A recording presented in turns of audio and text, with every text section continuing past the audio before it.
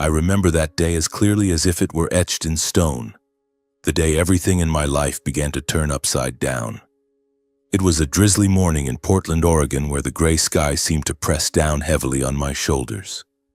I, Sebastian Fisher, 36 years old, a crime fiction writer, walked into the courtroom with my heart pounding like a drum, yet doing my best to appear as calm as possible on the outside. The courtroom was packed. There were strangers' faces, curious reporters, and familiar people who had now become so alien to me that it sent chills down my spine. I sat alone on the defendant's side, no private attorney, no one beside me for support. Directly across from me was Angela Fisher, my wife, or rather soon-to-be ex-wife, 34 years old, her golden blonde hair neatly pinned up, her makeup carefully applied to make her look like a pitiable victim. Next to her sat her entire family. Her parents, Riley and Camille Langley, wearing grave expressions, along with cousins and relatives I'd barely ever met. They sat in a solid row like an unbreakable wall ready to crush me. Cold sweat ran down my spine the moment the judge banged the gavel to open the session. That sound echoed in my head like a death knell for the broken years of our marriage. Angela was called first. She stood, her voice trembling yet convincingly dramatic, as though she were recounting a tragic story in which I was the villain. She began, looking straight at the judge, "Your Honor, Sebastian is a writer, but he is poor. He has no stable income and has never provided any financial support to the family. For all 8 years of our marriage, we have lived entirely on the Langley family, my parents. He contributed nothing. He just stayed home writing, daydreaming about books nobody reads." Her words cut into my heart like a knife. I sat silently, fingers gripping the edge of the table, trying to suppress the rage rising inside me. We had once loved each other. We had promised to stay together through richness and poverty. Yet now, she was now painting me as a worthless man. I knew the real reason. Rosie, our 8-year-old daughter, and the entire fortune Angela wanted to swallow whole. But I said nothing, not yet. I only looked at her, hoping to find even a trace of the woman I once loved. It was useless. Her eyes were ice cold, as if she were looking at a complete stranger. Then her attorney, a fat middle-aged man in an expensive suit, stood up. He submitted to the court a thick stack of documents, bank statements in Angela's and her parents' names. With a sarcastic tone, he declared, "Your Honor, here is clear evidence. The suburban Portland house, monthly living expenses, even Rosie Fisher's tuition. Everything has been paid for by the Langley family. Not a single cent from Mr. Sebastian Fisher. He doesn't even have a stable personal bank account." He turned toward me, raising his voice as if addressing the entire room. "A man who cannot earn enough to support himself. How can he possibly have the right to seek custody of a child? On what basis does he demand a share of the assets? This is not fairness, Your Honor. This is harsh reality." The atmosphere in the courtroom grew heavier. Whispers spread through the gallery, pitying glances toward Angela, and shakes of the head in my direction. I swallowed hard, forcing myself to stay calm. I had prepared for this, but hearing it spoken aloud still hurt. Rosie sat in the corner beside a social worker, her big round eyes looking at me with worry. She was thin, with jet black hair like mine, and the smile I loved most was now twisted in fear. I wanted to run to her, hug her, tell her everything would be all right, but I couldn't. This trial was about her future, and I had to win. Next came my father-in-law, Riley Langley. The wealthy businessman with a silver beard and razor-sharp eyes took the witness stand. "Sebastian is useless," he said bluntly, his deep voice dripping with contempt. "From the day he married my daughter, he has never created any material value for the family. We had to carry everything: the house, food, even clothes for our granddaughter. He just sits at home writing, living in fantasy. A parasitic husband like that, how is he worthy of Angela?" I clenched my teeth, blood rushing to my face. Riley had never respected me, not from day one. He always believed I wasn't in the same league as the Langleys, who made their fortune in real estate. But I stayed silent and let him finish. Then it was my mother-in-law's turn. Camille Langley, an elegant older woman wearing a sparkling diamond necklace, wept theatrically, dabbing her eyes with a handkerchief, though I knew it was all an act. "My son-in-law has been a burden on the family," she sobbed. "He does nothing while my daughter suffers. We tried to help, but he was never grateful. And now he wants custody of Rosie? Heavens, how could someone like him possibly take care of my granddaughter?" Her words were like repeated stabs. The courtroom was tilting further and further in their favor. I could feel the shift in the air, nods of agreement from the gallery, smug smiles from the opposing counsel. But the worst moment was when I noticed Eric Lawson sitting right beside Angela. My wife's lover was in the courtroom in a sleek suit, exuding wealth and wearing an undisguised, triumphant smirk. He sat next to Angela, occasionally turning to give me a cold, mocking glance, the look of someone who knew every detail of the plot yet calmly enjoyed watching the other man's tragedy unfold. I knew exactly who he was. The man who had wormed his way into my marriage for the past 2 years. The man who destroyed my family. And now he sat beside my wife like a victor, perfectly at ease while the trial crushed whatever was left of my life. Yet I remained silent. No shouting back, no rebutting every point. I just sat there, my face an absolute mask of calm, even though a storm raged inside me. I knew they were waiting for me to explode, to lose control and prove I was the weak one. But no. I had waited far too long for this moment. All those years of being looked down upon, called a parasite, excluded from every decision. Everything would end today. By now, the entire courtroom had formed a single picture. I was the failure, Angela the financially abandoned victim. The judge, a stern older man with gold-rimmed glasses, kept directing questions at me. "Mr. Fisher, can you explain your financial situation? How do you intend to support your daughter without a stable income?" His tone grew increasingly skeptical, clearly leaning toward the Langley side.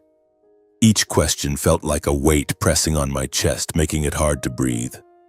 I stood up, my legs slightly shaky but my voice steady. "Your Honor, I have some documents I would like to submit." I took from my briefcase the carefully prepared stack of papers. Tax returns for the past 3 years, royalty statements from publishers, records of the discreet trust company I had established, and notarized contracts for film adaptations of my books.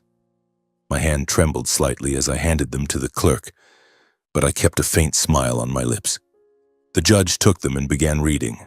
At first, his face remained stern, eyebrows furrowed. Then, little by little, his eyes widened, his mouth fell open in surprise. He flipped the pages faster, muttering something under his breath. The courtroom fell completely silent.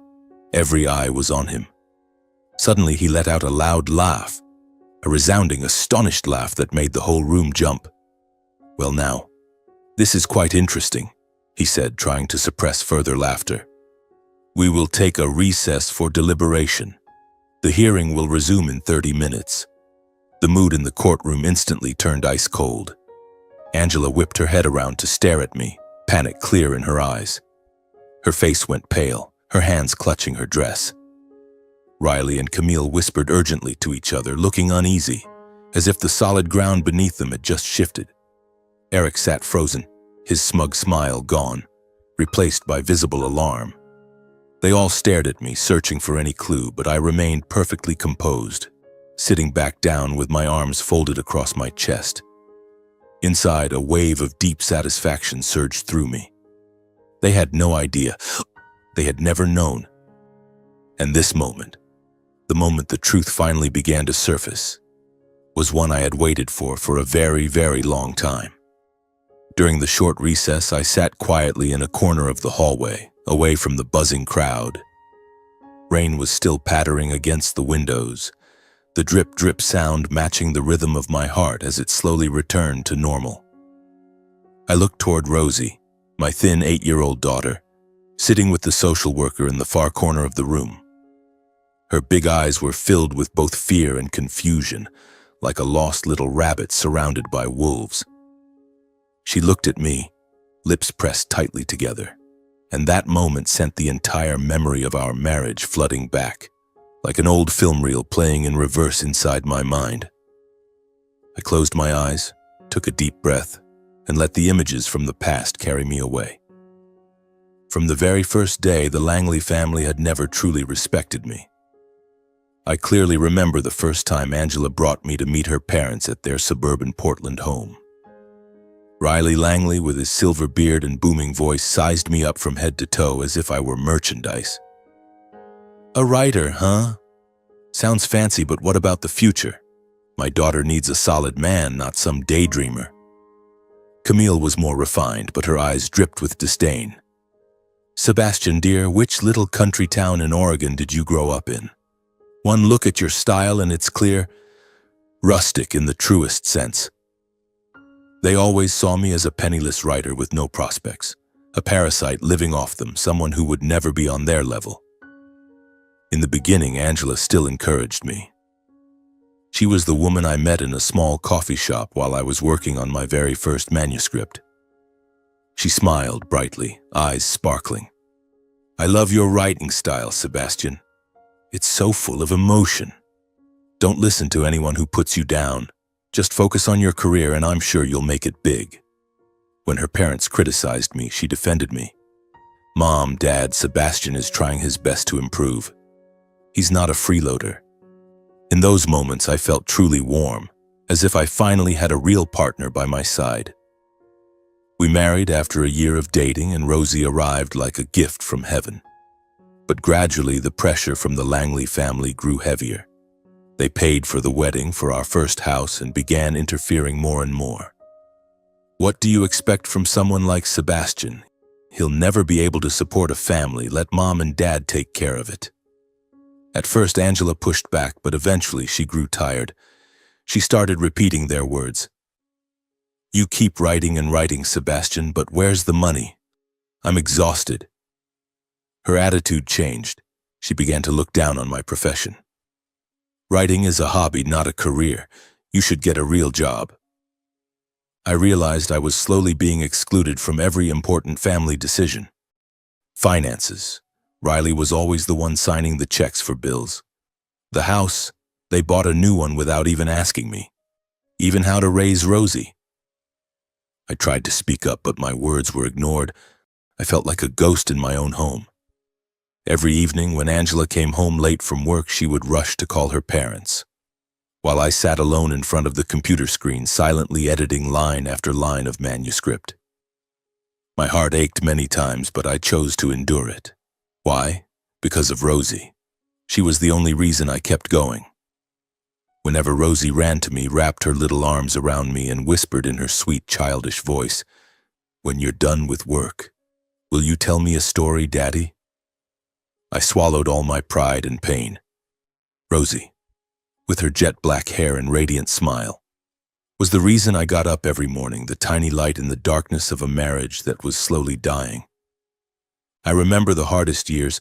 I wrote for 18 hours a day, eyes bloodshot from lack of sleep, hands shaking on the keyboard. I sent manuscripts to dozens of publishers and received rejection after rejection. The content isn't compelling enough. No breakthrough ideas. The refusal letters piled up like trash. Some nights I sat alone in my study, staring out at the rain, wondering if they were right. If I really was just a hopeless dreamer. By then, Angela had already grown distant. "You keep writing, but I never see any money. I have to ask Mom and Dad again." I felt utterly alone, but I didn't give up.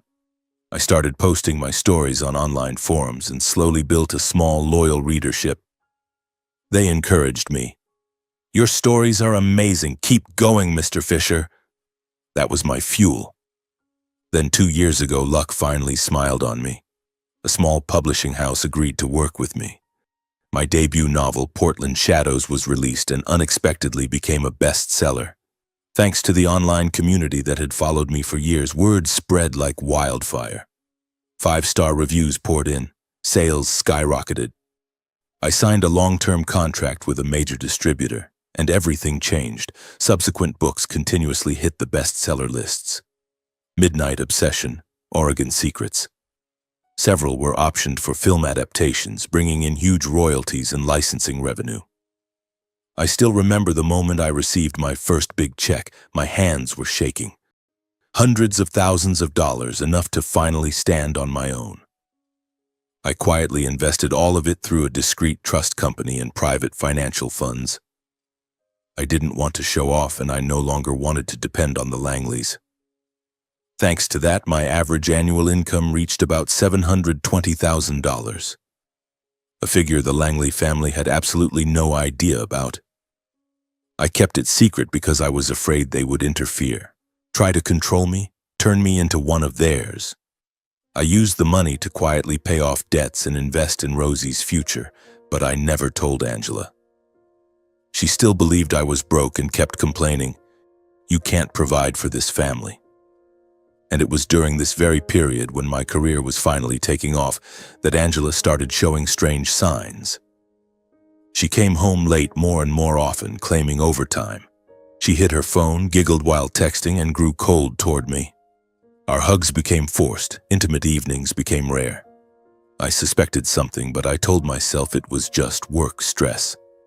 Then came the night that broke everything. I came home early and caught Angela cheating with Eric, right in our living room, wrapped in each other's arms, lost in passion.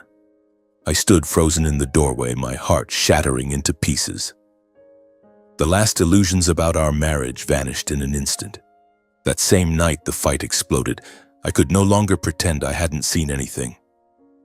I looked Angela straight in the eye and asked about Eric, no beating around the bush. She was silent for a long time, then burst into tears. But those weren't tears of remorse. "I'm tired of you, Sebastian," she said between sobs. "Tired of all the nights you only live for that computer. Eric understands me. He knows what I need." Those words, "he understands me," cut like a knife. I asked again, voice hoarse, "So you're admitting it?" Angela turned her face away. That silence was the clearest answer. Then she said the words I never wanted to hear. "Let's get divorced." And she didn't stop there. She looked at me with an icy glare I'd never seen before. "I'm going to fight for everything, the assets and full custody of Rosie. She deserves a better life. With me, and with Eric's help, everything will be more stable for her." I took a step forward, my heart being crushed. "I don't care about the assets. I only want our daughter. Don't take Rosie away from me. She needs her father." I tried to explain that I had never abandoned Rosie, that I was perfectly capable of providing for her. But my words fell on deaf ears against Angela's cold stare. In that moment I understood. This was no longer a marital argument. This was a calculated seizure of my daughter, my dignity, and my right to be a father. Riley and Camille summoned me for a private meeting and intervened directly. Riley slammed the table. "Who the hell do you think you are? A freeloading writer who now wants to keep the kid? You were never worthy of being a husband, and you're even less worthy of being a father." Camille sneered. "Sebastian, what have you ever done for this family? You drove Angela into Eric's arms. Let her go now." Their words cut like knives, but I chose complete silence. No arguing, no explaining. Instead, I quietly gathered evidence. Tax records, royalty contracts, everything I would need for the day in court. I knew the truth would speak for me when the time came. The recess ended quickly. The judge's gavel struck again, yanking me back to the present. I sat down, heart pounding, but my face remained perfectly calm. Angela and her family were whispering frantically, their eyes filled with unease. They had no idea what was coming. I did. The judge held the thick stack of documents I had submitted. The trace of amusement from his earlier laugh was gone. Now his expression was serious, almost solemn. He cleared his throat and surveyed the room. After reviewing the tax records, royalty statements, and notarized film adaptation contracts and related financial documents, this court confirms that Mr. Sebastian Fisher has an average annual income of $720,000. This figure completely contradicts every claim regarding his financial situation previously made by the plaintiff. His words exploded like a bomb in the middle of the courtroom. In a single instant, the entire atmosphere flipped upside down. The pitying glances that had been aimed at me, the pathetic failure, were now turned into stunned disbelief. Gasps and murmurs spread like wildfire. People gaped, turning to stare at me with wide, incredulous eyes. I felt the shift like an electric current crackle in the air. My heart beat faster, not from fear, but from deep, fierce satisfaction. After years of silent endurance, the truth had finally stepped into the light. Angela froze, then collapsed back into her chair as if every ounce of strength had been drained from her body. Her face went deathly pale, eyes bulging, mouth open but unable to speak. Riley gripped the armrests until his knuckles turned white, his face crimson with rage. Camille covered her mouth, blinking rapidly in shock. Eric looked outright panicked. He half stood, then dropped back down, hands trembling as he rubbed his face. The smug grin from earlier had been replaced by the expression of a man caught red-handed. Their entire poor, useless writer narrative had shattered in a single moment. For the first time, I saw genuine fear in the eyes of the people who had despised me for so long. Angela suddenly burst into tears, mascara running down her cheeks. I didn't know anything about this, she cried, voice shaking. Sebastian never told me. He hid it from me, from all of us. She turned desperately toward the judge, hands flailing as if begging for rescue. Riley and Camille immediately joined the protest. Riley shot to his feet. This is fraud. He deliberately concealed it to deceive our family. We supported him for years. Now what? Camille wailed alongside her daughter. Sebastian, you're cruel. You let us believe you were broke, let us carry everything. This was a conspiracy. The courtroom descended into chaos, shouting, sobbing, frantic whispers. The judge banged the gavel several times. Order! The court will consider all arguments. I sat motionless, a storm of emotions surging inside me as I watched them scramble. They were trying to turn the tables, but it was far too late. The judge looked at me and nodded. Mr. Fisher, do you wish to speak? This was my moment. I stood speaking publicly for the first time in the entire trial, my voice steady despite the slight tremor of emotion. Your Honor, I have never taken anything that wasn't mine. Every dollar I earned came from my own writing, from best-selling books and completely legal contracts. I stayed silent not to deceive anyone, but to protect what was left of my marriage.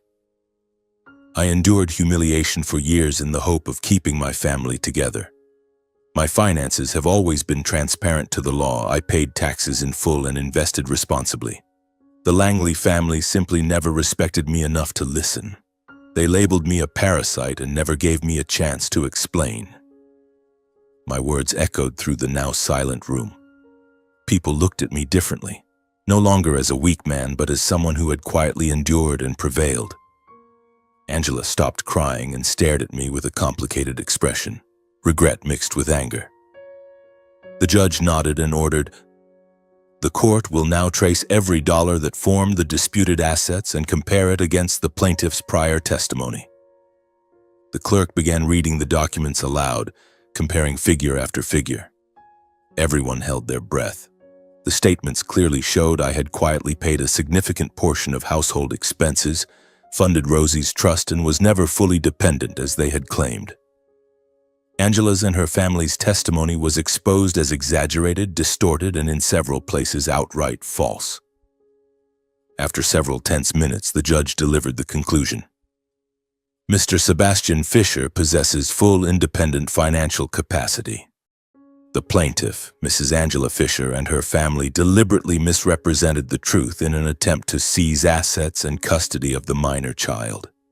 This violates fundamental principles of fairness. The gallery erupted in light applause. The final ruling followed immediately. The court awards Mr. Sebastian Fisher full legal ownership of all disputed assets, including investments and intellectual property rights. Primary physical and legal custody of Rosie Fisher is granted to Mr. Sebastian Fisher, with reasonable visitation rights to Mrs. Angela Fisher. Angela and the Langleys were utterly defeated. Angela collapsed in sobs, no longer able to fight. Riley shook his head, face ashen. Camille clutched her daughter, whispering words of despair. Eric slipped out of the courtroom, avoiding everyone's eyes. When they looked at me now, It was with the bitter, helpless gaze of the vanquished. When the hearing ended, I took Rosie's hand and walked out. Her small, warm fingers curled trustingly around mine. She looked up at me, eyes shining. "Daddy, we don't have to be apart anymore, right?" I smiled, tears rolling down my cheeks. "No, sweetheart. From now on, you're staying with me. Everything's going to be okay." We walked past the broken figures of the Langley family. Angela reached out, stammering Rosie's name, but Rosie didn't turn back. For me, victory wasn't about the money. I already had more than enough to live well. Victory was being able to walk out of that courtroom with my head high, taking my daughter away from a marriage built on lies. All those years of silent suffering had finally been redeemed. I pulled Rosie closer and stepped out into the Portland rain, feeling truly free for the first time in years. Yet even in that sweet moment, memories returned. The sleepless nights writing, the endless rejections, the slow way Angela had turned cold. Now everything was clear. I didn't gloat. I simply felt relief. We walked on, leaving the shattered figures behind us in the courthouse while the rain washed the past away. After the trial, I thought peace would finally come. But the Langleys refused to accept defeat so easily. They kept haunting our lives like ghosts that wouldn't let go. Late-night phone calls would jolt me awake. Riley's voice growling through the receiver. "You think you've won, Sebastian? We'll appeal. We'll take Rosie back." Anonymous legal letters arrived at the house, filled with vague accusations of abuse of custody rights or concealment of assets. Sometimes they even showed up unannounced at Rosie's school gate, pretending to be concerned grandparents. I remember one afternoon when I went to pick her up and saw Camille standing there with a gift bag, wearing a fake smile. "Rosie, Grandma misses you so much. Why don't you come stay with me for a while?" Rosie shrank against me, face pale, and I had to politely but firmly push Camille away. "According to the court order, visitation is scheduled only. Please respect the boundaries." Those moments made my chest tighten in fear. What would they try next to tear Rosie from me? Angela was no exception. She used her scheduled visitation rights as an excuse to probe into our daily lives. She'd arrive at the house with teary eyes and an apparently remorseful face. "Sebastian, I was wrong.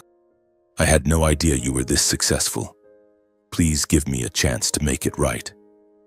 But the remorse never lasted. Soon the blame would creep in. "You hid everything from me, made me think you were useless. Now Rosie's living with you, but are you sure you're taking good care of her? She looks thinner." Those words were subtle psychological jabs meant to unsettle Rosie and make her doubt me. Once after Angela left, Rosie burst into tears. "Mommy said I should live with her because you're always busy writing." I held her close and whispered, "It's okay, sweetheart.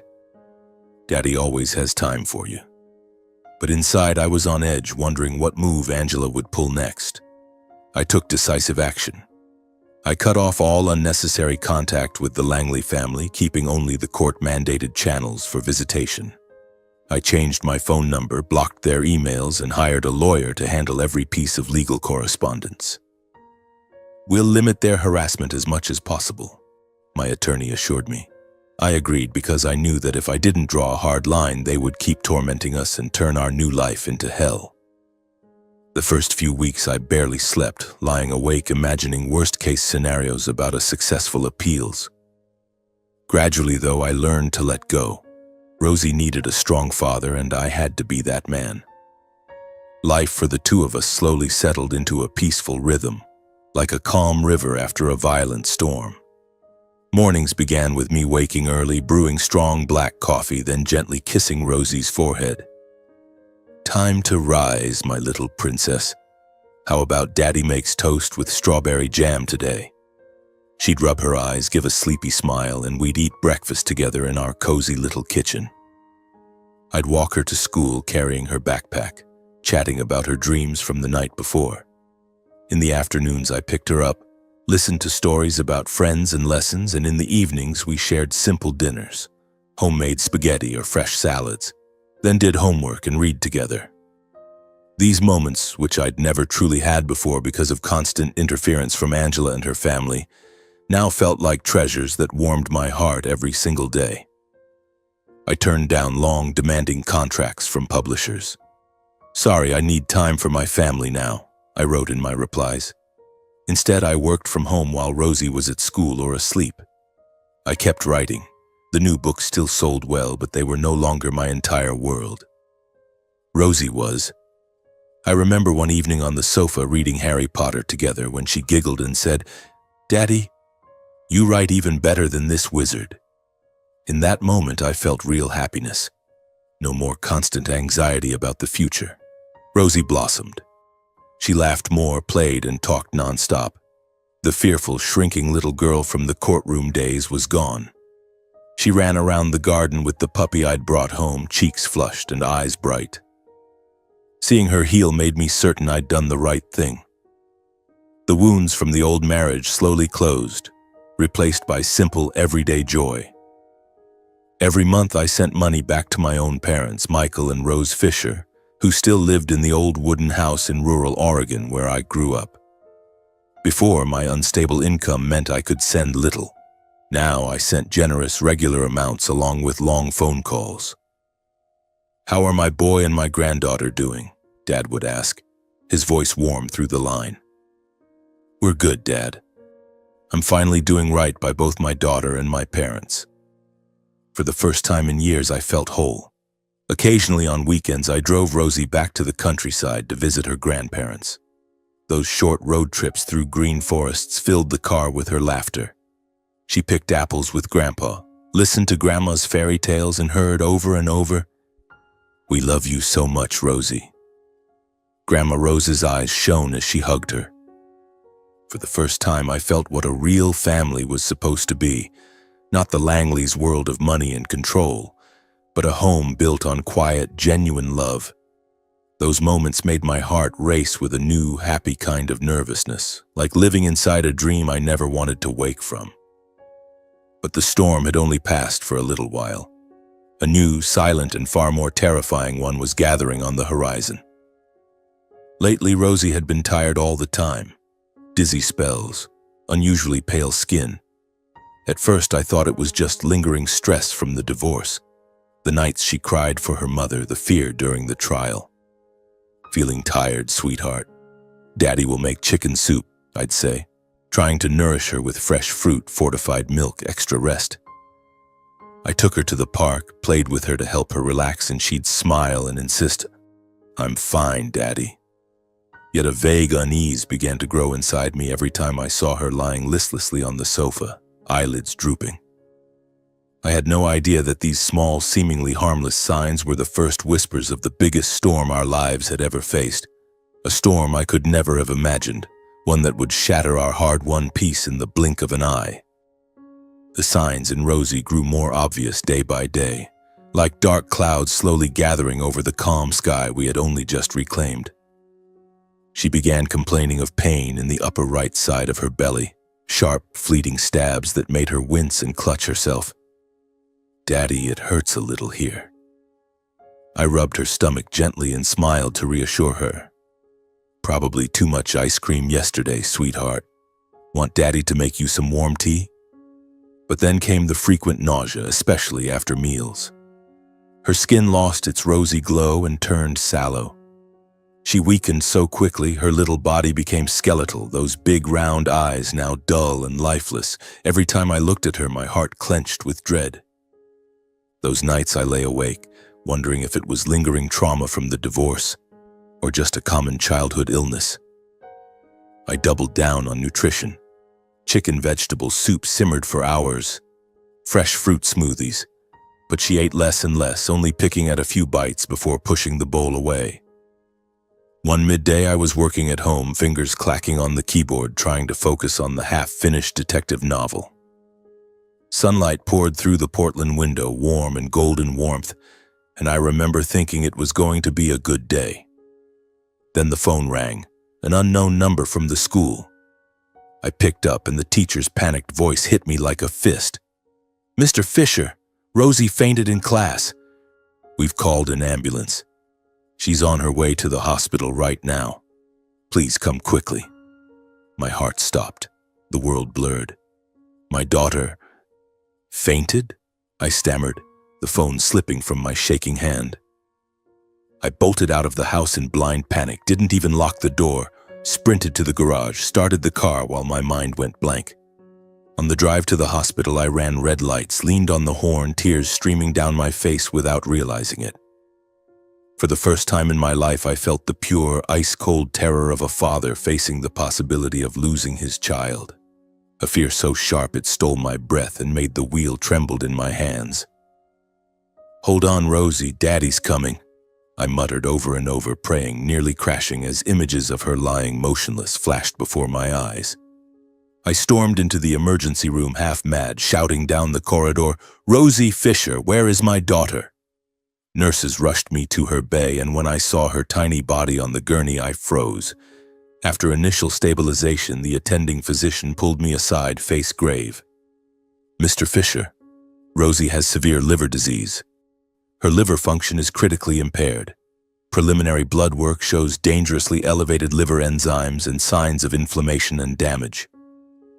The words struck like lightning. I stood paralyzed. "Liver disease? She's only 8. My voice cracked. He placed a hand on my shoulder. "We'll do everything we can, but you need to prepare yourself." I walked into the room and nearly collapsed. Rosie lay there, skin jaundiced under the harsh neon lights, lips cracked and dry, breathing shallowly through an oxygen mask. She opened her eyes weakly and whispered, "Daddy, I'm so tired. I don't want to be here." My heart shattered. I sat beside her, held her tiny hand, tears falling onto the blanket.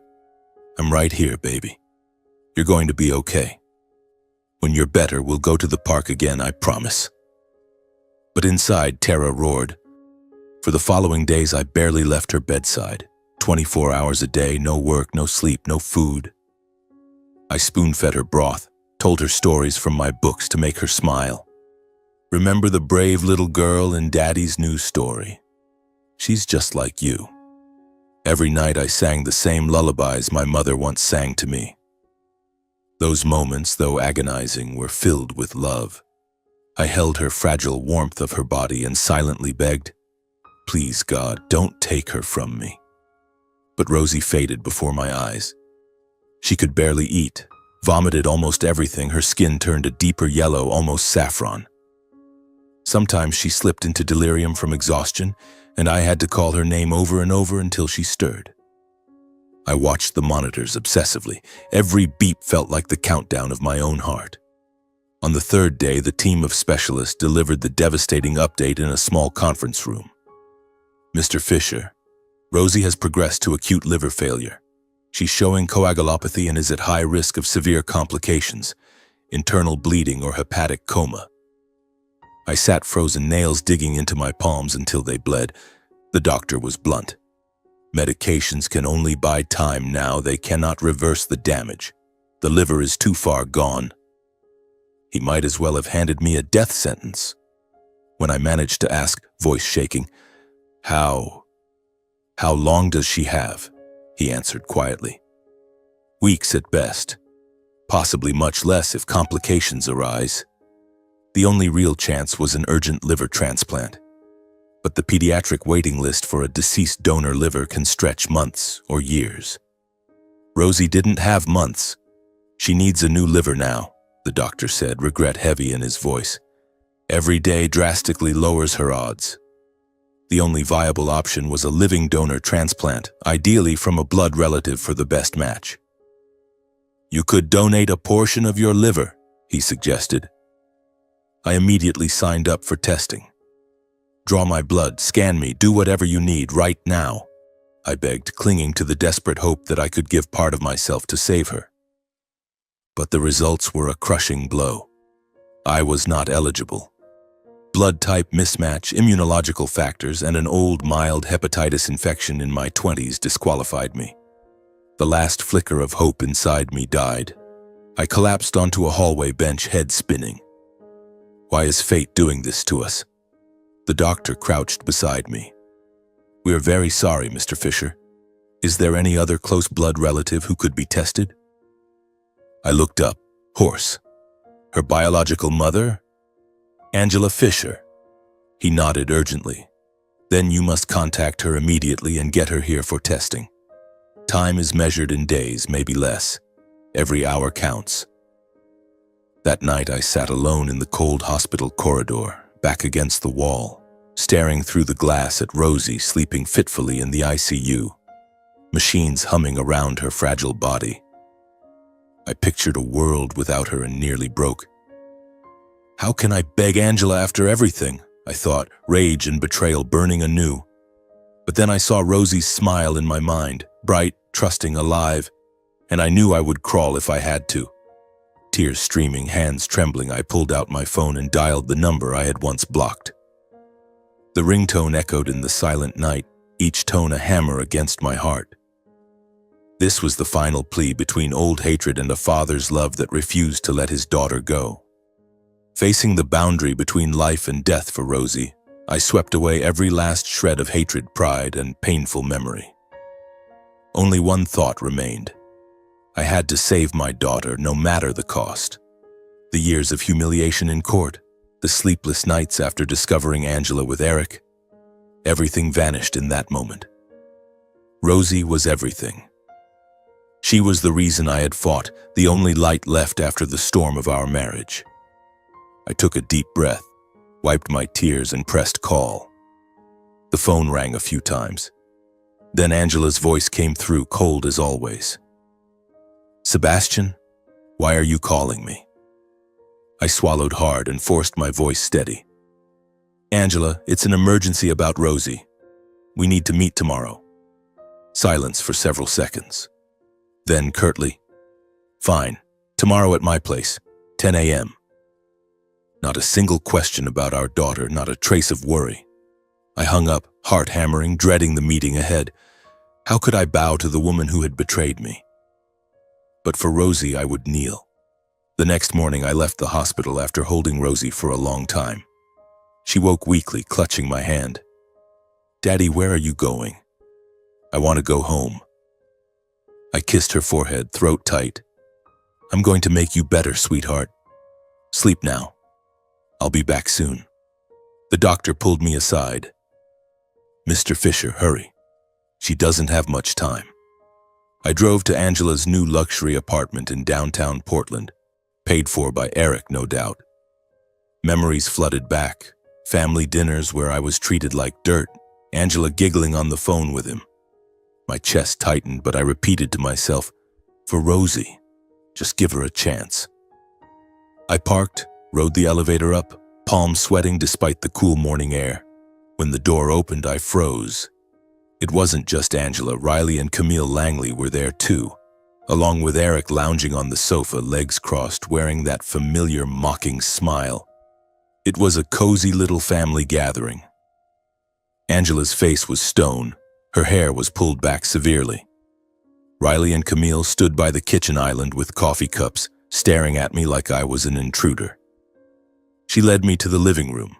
I sat feeling like I'd walked into a lion's den. The air was thick with tension. I didn't waste words. Angela, Rosie is in the hospital. She has acute liver failure. Doctors say she needs an emergency liver transplant. I was tested. I'm not a match. You're the only one who can save her. My voice broke as I described everything. The early symptoms I'd mistaken for stress, the collapse at school, the devastating diagnosis, the days or weeks she might have left. Tears rolled down my face. For the first time since the trial, I bowed my head before Angela and begged, please, Angela, get tested. For Rosie, for our daughter. You're her mother. You have the best chance of being a match.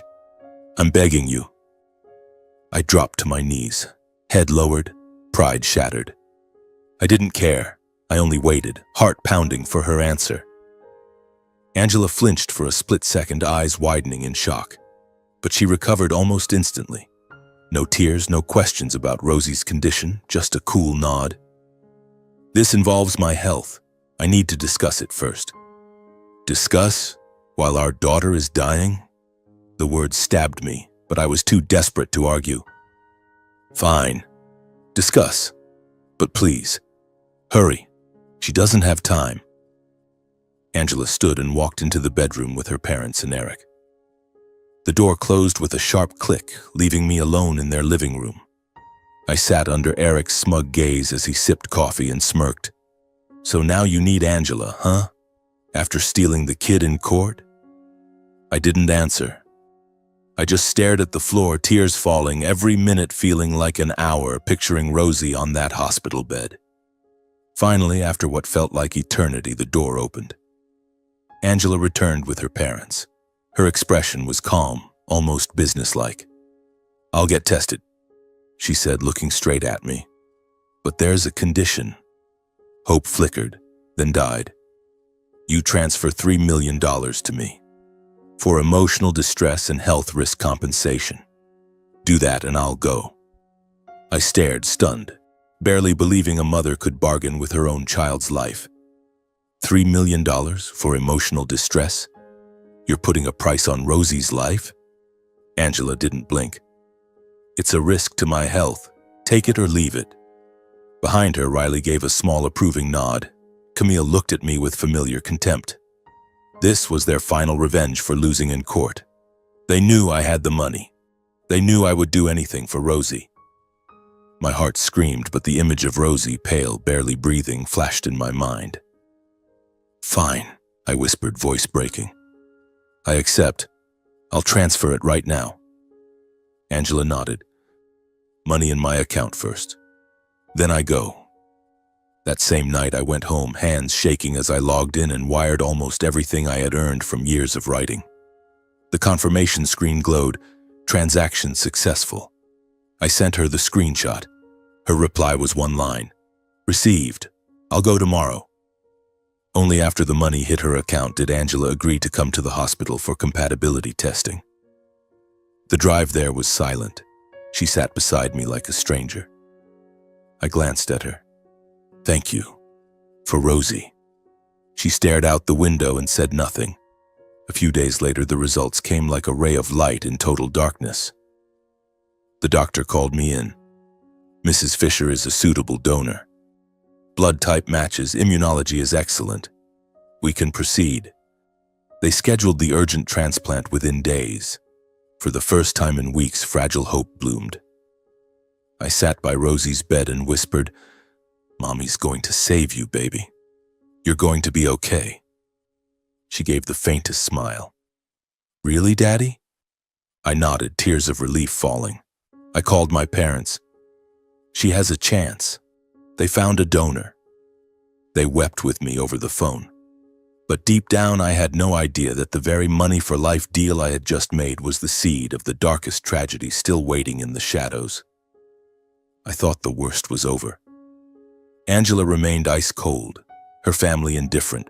In the days before surgery, I stayed by Rosie's side, telling stories, singing lullabies, clinging to hope. I prayed every night, terrified and grateful, unaware that the real storm had only just begun.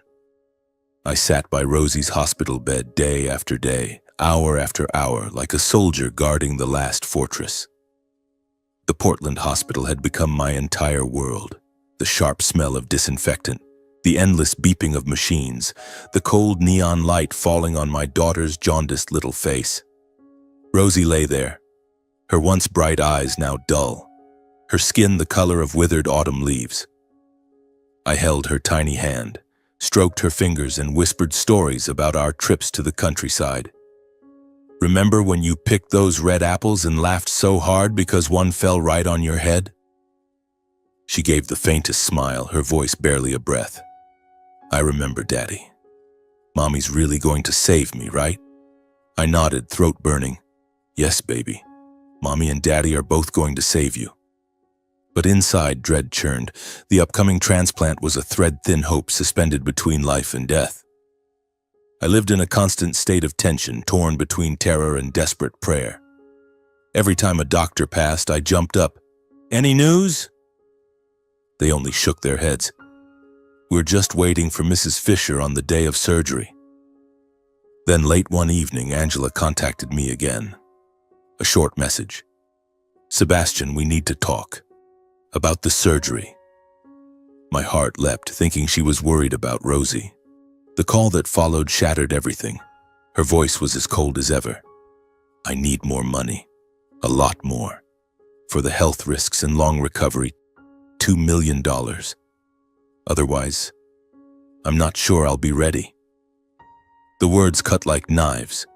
I sank to the floor of the hospital corridor, gripping the phone. Rage and realization hit at once. She was openly blackmailing me, squeezing every last dollar while Rosie lay dying. You're joking. Rosie is dying. She's your daughter, I shouted, voice shaking with fury and despair. Angela remained calm. This is my body. If you want to save her, send the money. I'll keep my word once I have it. I wanted to smash everything around me, but Rosie's fragile life left me no choice. The image of her motionless body flashed in my mind. I swallowed my tears. Fine, I'll send it. After the first $3 million, my finances were almost gone. To raise another $2 million, I had to mortgage the house, the home where Rosie and I had finally begun our new life. I called the bank in the middle of the night, voice hoarse. Emergency mortgage, please. I sold off investments at a huge loss. Those hours I sat at the computer, hands trembling as I confirmed each transaction, heart pounding. What am I doing? But then I saw Rosie's face and whispered, for my little girl. I'd give everything. When the final transfer went through, I sent Angela the proof. Her reply, good. I will now strictly preserve my health so the donation can proceed as planned. I clung to that promise like the last rope over an abyss, even as a faint unease began to grow.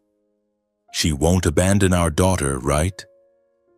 In the following days, I stayed glued to Rosie's side, telling cheerful stories to distract her from the pain. She smiled weakly.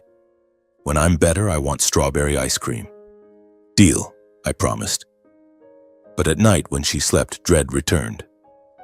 Surgery was 2 days away, and Angela had gone strangely silent. The morning of the transplant, the entire medical team waited in high alert. The hospital buzzed from dawn, emergency meetings, operating rooms prepped. I sat in the corridor, fists clenched, cold sweat pouring off me. Rosie was wheeled toward the pre-op area. She looked up at me, terrified. Daddy, I'm scared of the doctors.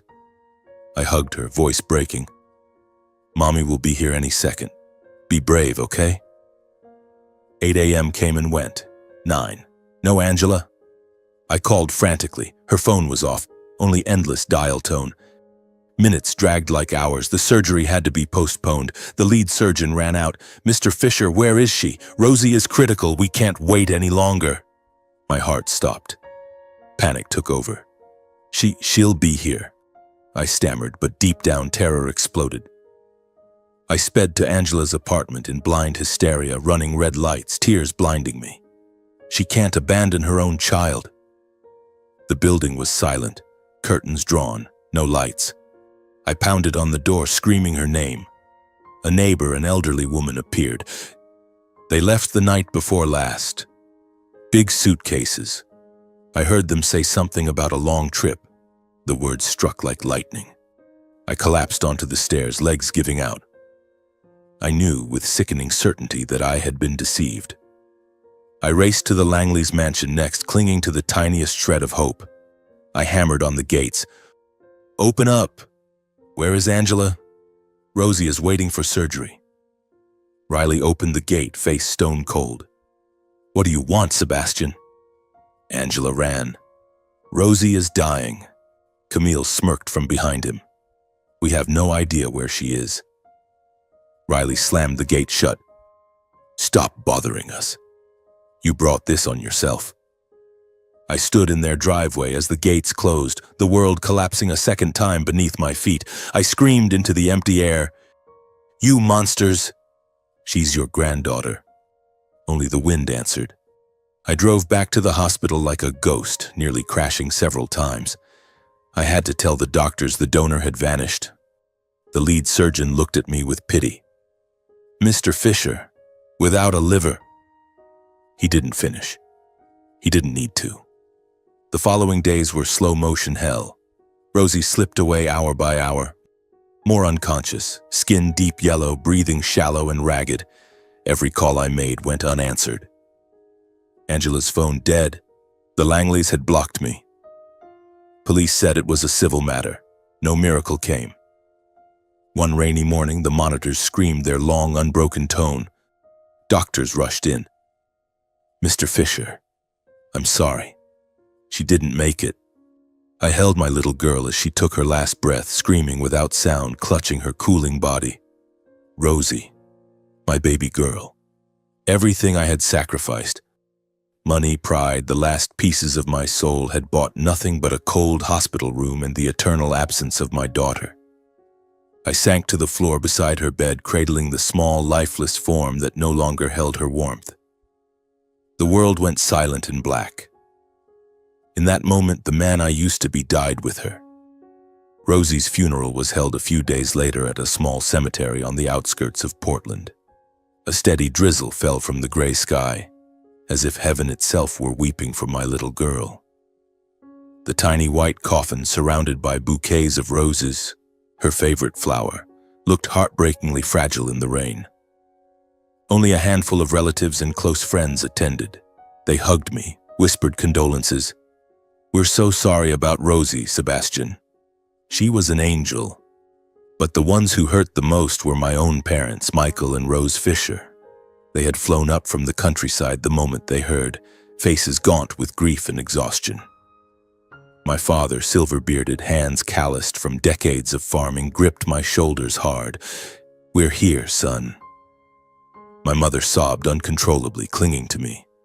"Rosie, my granddaughter. How could God be so cruel?" They held my hands the entire time, terrified that this final blow would break what little was left of me. They knew I had already lost everything, my marriage and now my daughter. "Sebastian, you have to keep living," Dad said, voice trembling. "For Rosie's sake, you have to be strong." But every time I glanced at that small white coffin, my heart tore into smaller pieces. I remembered her running through the garden, laughing, "Daddy, come catch me." Now she lay silent forever. The service was brief. The priest's prayers, candles lit in the rain. I stood like a statue, numb, waiting only for it to end so I could face the pain alone. When everyone else had gone, melting away under the drizzle, I remained alone before Rosie's grave. My eyes were bloodshot from crying and sleepless nights. My fists were clenched so tightly that my nails drew blood. The little headstone read, "Rosie Fisher, our little angel." I knelt, touched the cold earth, and whispered an oath. "Rosie, my precious baby girl, I swear I will get justice for you. I will make the people who abandoned you when you needed them most pay for what they did. They will regret it for the rest of their lives." Those words burned inside me like a flame rising from the ashes of grief. I was no longer the weak Sebastian they once knew. Loss had forged me into something else, someone filled with rage and unbreakable resolve. I stood, wiped the rain and tears from my face, and walked away through the downpour. The journey for vengeance had begun. Back home, the house was a hollow shell. Every corner screamed Rosie's absence. The sofa where she used to read, the kitchen where we cooked together, her bedroom covered in her drawings. I collapsed on the floor and cried until there was nothing left, then forced myself to stand. "Not yet," I told myself. "I can't fall now." I began gathering evidence. Bank transfers to Angela, 3 million, then 2 million. Appointment records, text messages, even recordings of our final calls. I organized everything into a folder after folder, hands shaking as I reread her cold promise. "I will strictly preserve my health so the donation can proceed." Rage and anticipation boiled inside me. I realized the Langleys had almost certainly known about Angela's escape plan from the moment she demanded the second payment, perhaps even helped her. They hadn't looked surprised when I showed up. Their eyes had darted away, their lies too smooth. I hired a lawyer and laid it all out. They defrauded me, and through that fraud caused my daughter's death. He nodded grimly. "We have grounds. Fraud with fatal consequences. But before the legal machinery started turning, I needed answers. I drove to the Langley mansion one stormy afternoon, heart pounding with dread and fury. The gate was open. Riley and Camille sat on the covered porch drinking tea as if nothing had happened. They pretended surprise when they saw me. Riley stood. "Sebastian, you've got some nerve showing your face here." Camille covered her mouth, but her eyes avoided mine. I charged forward. "Where is Angela? You knew she was running, didn't you? You let her abandon Rosie. My daughter, your granddaughter, is dead because of your silence." They denied everything. Riley shook his head. "We don't know anything. Angela is an adult. She makes her own choices." Camille added coldly, "Where my daughter goes is none of your business. Stop making a scene." But when I shoved the transfer records and surgical schedule in their faces, their composure cracked. Riley's face turned crimson with rage. "If you hadn't been so pathetic and stupid, none of this would have happened. You think you're a good father? You let Rosie die because you couldn't even save her yourself." Camille spat venom. "Our granddaughter died because you weren't healthy enough to donate. Don't blame others. You pushed Angela to this point." Their words were slaps in the face, proof they had no humanity left. They didn't shed a single tear for Rosie, only contempt and blame. I whispered, voice shaking with barely contained fury, "You will pay for this." Then I turned and walked away. I got nothing more from them. I drove home through the storm, rage burning hotter than ever. That night I took every document, every transaction, every detail, and filed a formal criminal complaint. Sitting in the police station, I told them everything. They extorted $5 million from me, then disappeared, causing the death of my daughter. The detective took notes and nodded. "We'll open an investigation. The evidence is solid." I left the station soaked to the bone, heart pounding with a mixture of grief and grim anticipation.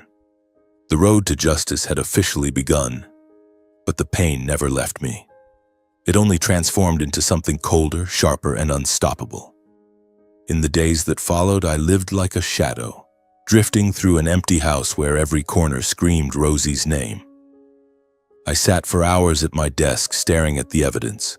Bank statements showing the transfers, Angela's cold messages, the surgical schedule she never honored.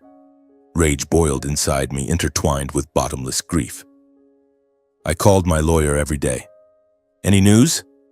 He tried to calm me. "The police are working. Your evidence is rock solid." But time crawled like hell.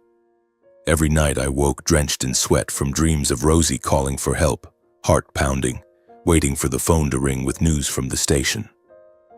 Finally, after an endless week, the lead investigator called. "Mr. Fisher, we have a breakthrough. Come to the station now." I raced to the Portland Police Headquarters, knuckles white on the steering wheel. The detective, a middle-aged man with a gravelly voice, led me to a conference room. On the table lay printouts, traffic camera photos, and maps. "From the bank data," he began, pointing at the statements, "we confirmed Angela and Eric Lawson left the city just hours after receiving your final transfer. They withdrew huge amounts in cash and moved quickly across multiple states, heading north. Oregon to Washington, Idaho, Montana." I sat frozen, picturing them laughing in the car with my money while my daughter lay dying. "Traffic cameras caught Eric's SUV," he continued, sliding photos toward me. Grainy images in the rain, but unmistakable. Angela in the passenger seat, Eric driving, luggage piled high in the back.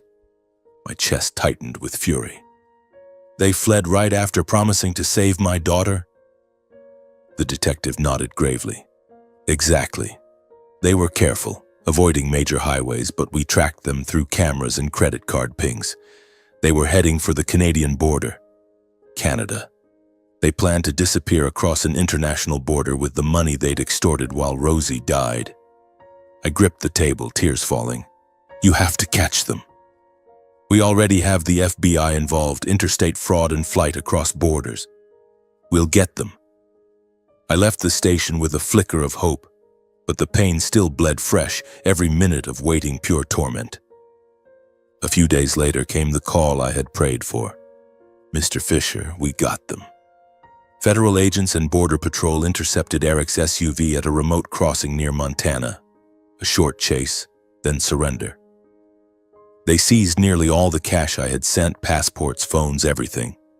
Angela and Eric were handcuffed on the spot and flown back to federal custody. I collapsed on the floor when I heard tears streaming, whispering to Rosie's photo on the mantle. "They're caught, baby girl. Daddy's going to get justice for you." The joy was brief. The grief never left. It only grew colder. I flew to the FBI field office in Seattle to identify them and give additional testimony. Through one-way glass, I saw the arrest photos and video. Angela sobbing, Eric pale and silent, both in cuffs. "That's them," I said. "They defrauded me and let my daughter die."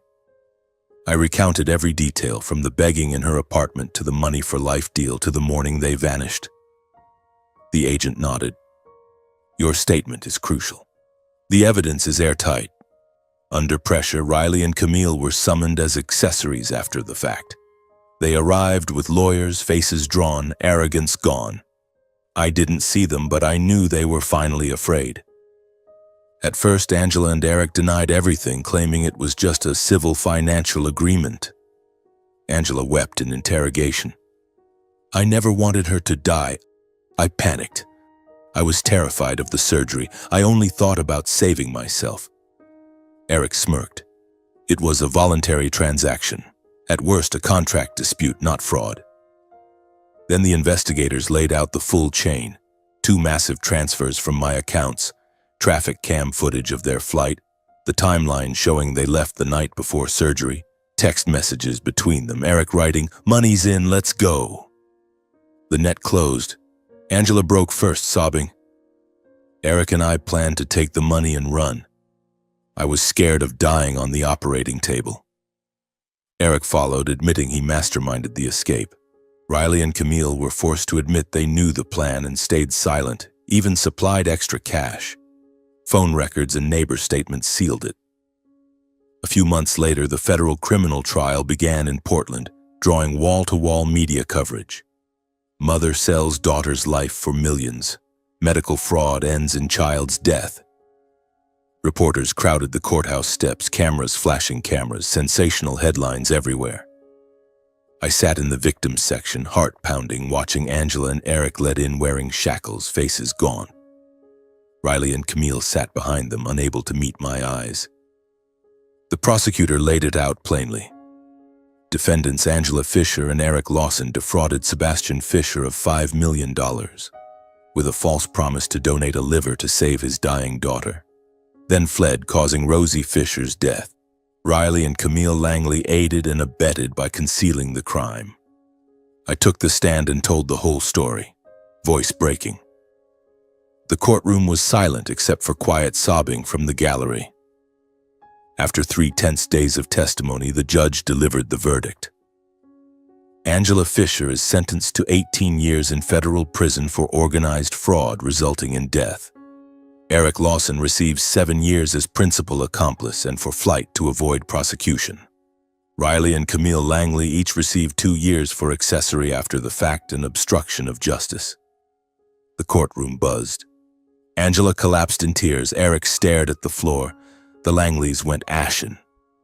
The judge ordered full restitution. Every dollar seized from them would be returned to me through enforced collection. I sat motionless as the gavel fell. Justice had come, but far too late. When court adjourned, I walked out quietly. Reporters swarmed. "Mr. Fisher, how do you feel now that justice has been served for your daughter?" I only shook my head and kept walking into the Portland sunlight. No prison sentence could bring Rosie back. She was gone forever, taking the best part of me with her. But this was the only justice I could still give her. The vow I made at her grave fulfilled. I drove straight to the cemetery, laid a fresh bouquet of roses on her small headstone, and whispered, "It's done, my love. They paid for what they did." A gentle breeze stirred the trees as if she were answering. The pain will never leave me, but justice has spoken. One agonizing chapter of my life is closed. Rosie will live in my heart until the day I join her. After all the legal proceedings finally closed, I felt as though one small piece of my soul had been set free, but the rest remained crushed under the weight of loss. The sentences were carried out. Angela and Eric were led away to prison. Riley and Camille followed, hollow-eyed, stripped of every trace of their former arrogance. The media frenzy lasted a few more weeks, but I turned off the television and avoided newspapers. I no longer wanted to hear it. Justice had come, but it was far too late to bring Rosie back. I decided to sell the old house in Portland, the place saturated with unbearable memories of a broken marriage and my daughter's death. The kitchen where we once cooked together laughing. Rosie's room with her drawings still taped to the walls, every corner now only caused pain. I called a realtor, signed the papers quickly, and never looked back. The proceeds from the sale, together with the court-ordered restitution, were enough to breathe again. But money had become nothing more than meaningless numbers. With part of what remained, I bought a small wooden house in rural Oregon, close to where my parents lived. It was simple, with an apple orchard out back and a little stream murmuring nearby. The same kind of place I grew up in, free of the ghosts of Portland. I moved there carrying only a few of Rosie's things. The bracelet she made herself, her favorite children's books, and her photograph, which I placed on my writing desk. My parents welcomed me with open arms. "Welcome home, son," Dad Michael said, eyes shining. Mom Rose hugged me and cried, "We'll get through this together." I chose to live near them so I could care for them in their old age. Dad was frailer now. Mom's joints ached constantly. In those first days, I often sat alone on the porch, staring at the green fields, heart pounding with the question, could I go on living without Rosie?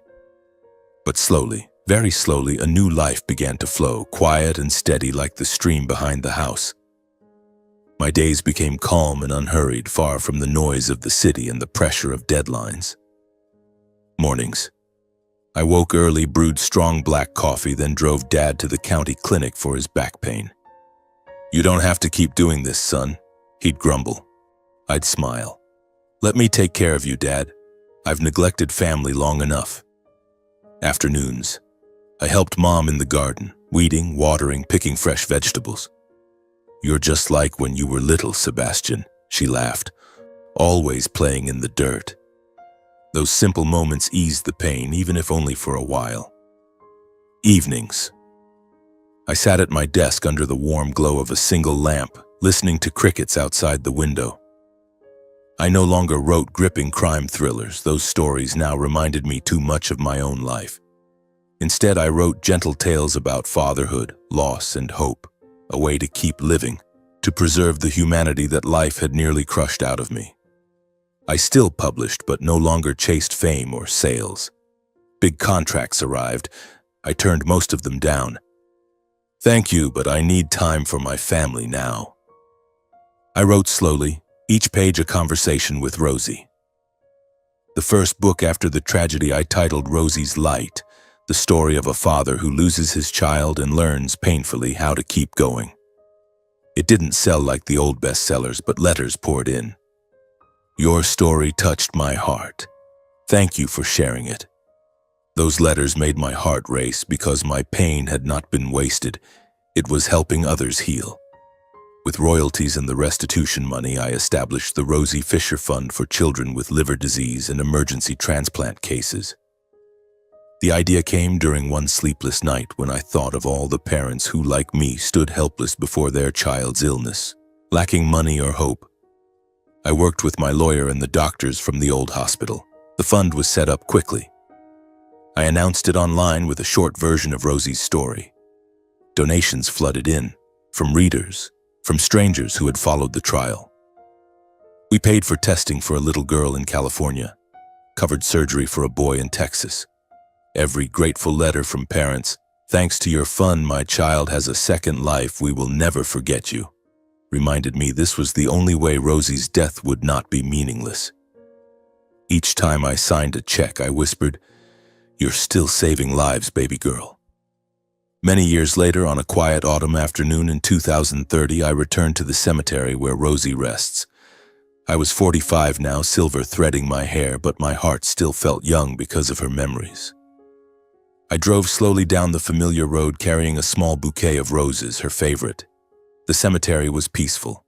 Golden leaves drifted in the cool breeze. I knelt at her stone, laid the flowers down, and touched the engraved name. "I came to visit you, Rosie," I whispered, voice trembling.